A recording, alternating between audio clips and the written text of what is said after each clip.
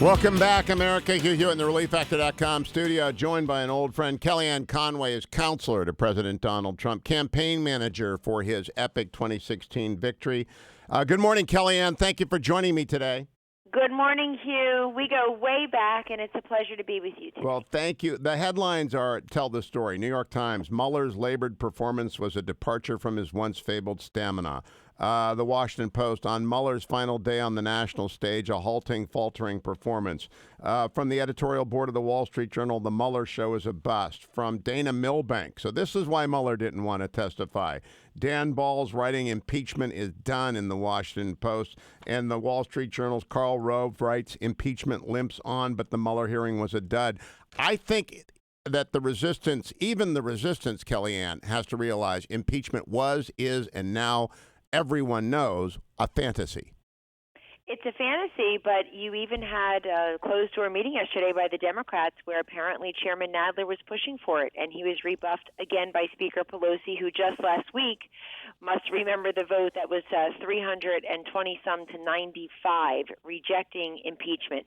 There was a resolution just last week on this, and it failed.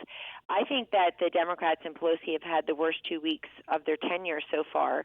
This year, she was forced to put the $4.6 billion of Donald Trump's view for humanitarian aid at the border after calling this a manufacturer crisis, turned around and passed basically his view of humanitarian aid, which is great. Now is going to support his budget and his budget caps, the spending deal, and in between broke with House rules for the first time in 30 years, with that ridiculous resolution last week, and then turned around and had to preside over hours later, Hugh, this failed resolution on the president's impeachment. The capper, of course, was yesterday's non-event in the Mueller testimony. I have to push back on one big thing, though. The people who are focused on the optics and the theatrics and the performance of yesterday are missing the point. There was no substance. The best actor in the world can't perform if there's no good script, if there's no plot line, if there is no character development, if there's no conclusion. People were relying too heavily on Bob Mueller for years now to deliver on what they had promised.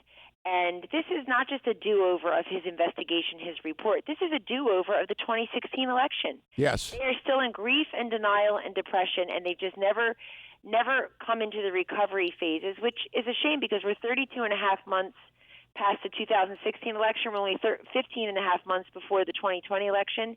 And yesterday proved that they've been relying upon indictments, impeachment, investigations that are just not going to happen, rather than trying to beat Donald Trump fairly and squarely at the ballot box. Now, and he's just, he's continuing with business as usual. Kellyanne, every day he continues with business as usual. But I want to point out my wonderfully soft-hearted wife could not watch yesterday because it was so uncomfortable to watch an obviously distressed Robert Mueller fumbling for answers, confused, and some use the term feeble, and simply leaving the impression that he had not been in charge of this investigation, leaving the impression he did not know who the Steele dossier or Glenn Simpson was and wouldn't talk about the Steele dossier. It left a terrible impression that a terrible abuse of power has been going on. Yes, I feel like Bob Mueller may well have been used by the people around him to imbue this fake and ill-conceived investigation with credibility and legitimacy that it wouldn't have otherwise. And I'm with your wife in this way. I am first and foremost who I will always be, which is a daughter, a mother. And, of course, I feel great empathy and compassion for folks who, as some of these headlines suggest, may be feeble or not understanding some of the questions, asking them to be repeated, clearly not conversant with the facts and with his own report, the contents of his own report. So I'm with her there.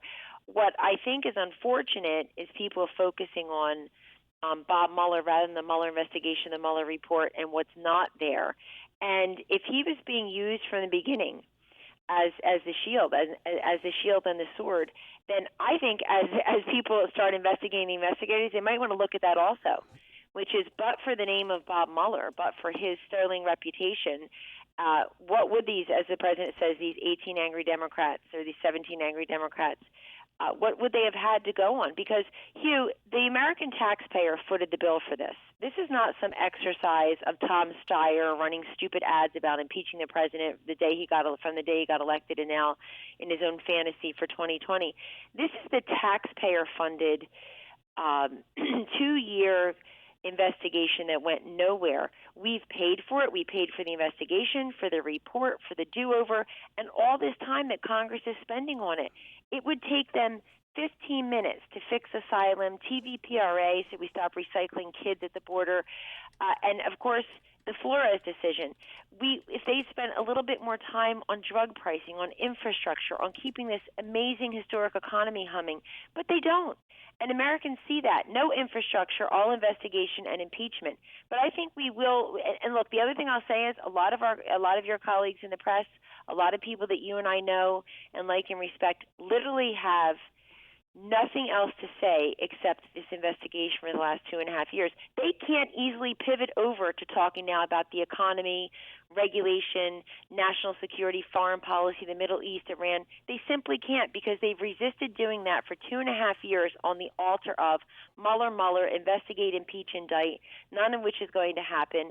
I don't even think they've got the graphics. They've got the experts. They have TV lawyers who are telling us what's going to happen. I'll tell you, as somebody who's been alongside Donald Trump for years now, nonstop, we get a semicolon wrong in a sentence, and we are excoriated forevermore. We're in the ash heap of history. They have been promising for years the wheels are coming off, the noose is tightening, Bob Mueller will be the undoing of Donald Trump. Just wait and see. The embarrassment is far, wide, and deep. The Southern District of New York meme over at the Washington Free Beacon was one of the funniest collages where everyone was predicting that the Southern District of New York would be an existential crisis in the end of Donald, and they closed the investigation. It was another... No files charged there. Yeah. No indictment of the president, certainly no impeachment. And I think the 31 Democrats in Congress who represent districts that Trump Pence won in 2016 are probably most upset today because they've got nothing to show for it. They're going into their August recess. They can't go home and say, look, I've been part of the humming economy, or I voted to help fix the border, or we're working really hard on infrastructure, we're getting drug pricing done. They can't say that with a straight face. They have to go home and be held to account for their colleagues in the House who represent 85% Democratic districts who can't lose their districts, or as Nancy Pelosi says, a glass of water can win the districts. And it's problematic. And I'm telling you, they've had the worst 2 weeks since they've been here, which is saying a great deal. Let me ask you two key policy questions then. Yesterday, a district court judge in San Francisco enjoined yet another Trump policy with a nationwide injunction. There are 3 vacancies on the Ninth Circuit. There are 2 vacancies on the Second Circuit. There are no nominees. In fact, there have only been 3 nominees for the Circuit Court this year. What has broken down at the White House, Kellyanne, that we have 3 Ninth Circuit nominees without a nominee from the president? He got great nominees, 43 of them, great 44 of them, but 3 vacancies on the Ninth Circuit, 2 on the Second Circuit. Where are the nominees? Well, White House counsel's office is working on that. I know that personally. I think while the president's in office, Hugh, the Ninth Circuit will start to balance out and maybe even turn in a more favorable way because we know the Ninth Circuit has always been a place where the Constitution has been optional. In a way. Yes, it's been optional in the Ninth Circuit, but we need those nominees. And there's no question, and this will be part of the strongest part of his legacy, really, and it will continue. And part of it is just keeping up with all these vacancies. But I happen to know personally there are a couple of really terrific candidates for those prospective nominees, particularly for the Ninth Circuit, and we will see that in due course. But you're right. Keeping that humming along, and look at all the distractions. There too, Leader McConnell, they've been great about putting these nominees forward, getting them confirmed, and I think in some ways it's stalled some of the executive nominations because there have been so many judicial nominations. But think of all the cloud that has been over unnecessarily. But these 5, I'll go to a different one, but these 5 jobs, 3 on the Ninth, 2 on the Second, they will review all of these injunctions that are impeding the president. So please go see Mr. Cipollone and tell him to get moving. And there's another woman there who's doing a fantastic job brought in specifically for that purpose. Well, they just got to zip up. Now, I want to ask you a question. You ran the successful campaign in 2016. Karl Rove ran the successful campaign in 2000. In 2003, Karl Rove was asked, who do you want to run against? He said Howard Dean. He didn't get his wish. Kellyanne Conway, who would you like to run against? Well, almost any of them. I think there are strategies for each of them, and I've got to speak in my personal capacity when I talk about this, not my as counselor to the president. But there are different ways to beat each of them, and I think the problem that they all have at the moment is that they all sound the same. So when they were asked in their debate, would you please raise your hand if you would give health care benefits to illegal immigrants, they all raised their hand. In fact, they were trying to raise two hands. Some of them were trying to put a leg up 3 times.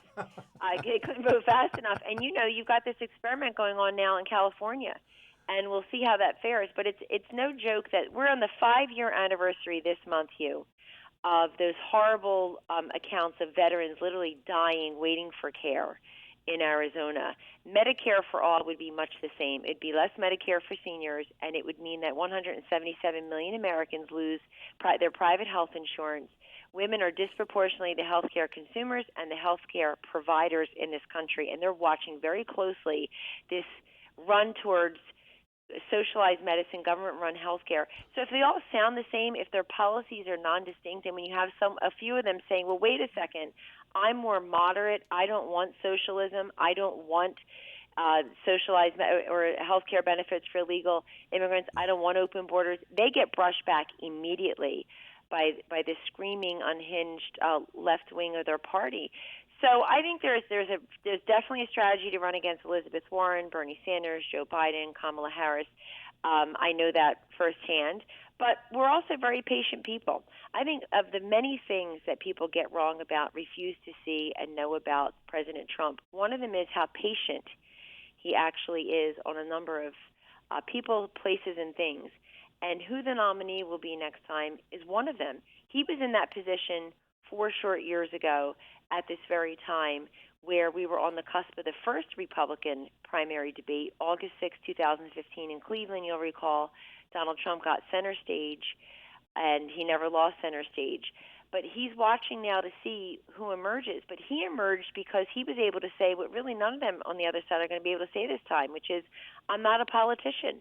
I've never held political office. I would go to Washington owing no one nothing. And I am for change, and it won. Kellyanne, it's great to have you. Please remind the president that the phone is always open to him. The circuit courts. Yep. I'm sure he's listening, and I'll let him know. But also remind him, he can call in any morning. We're always ready to take a call from the president at any time. And he's up early. So. Yes, indeed. Kellyanne Conway, always a pleasure. Follow her at Kellyanne Polls on Twitter.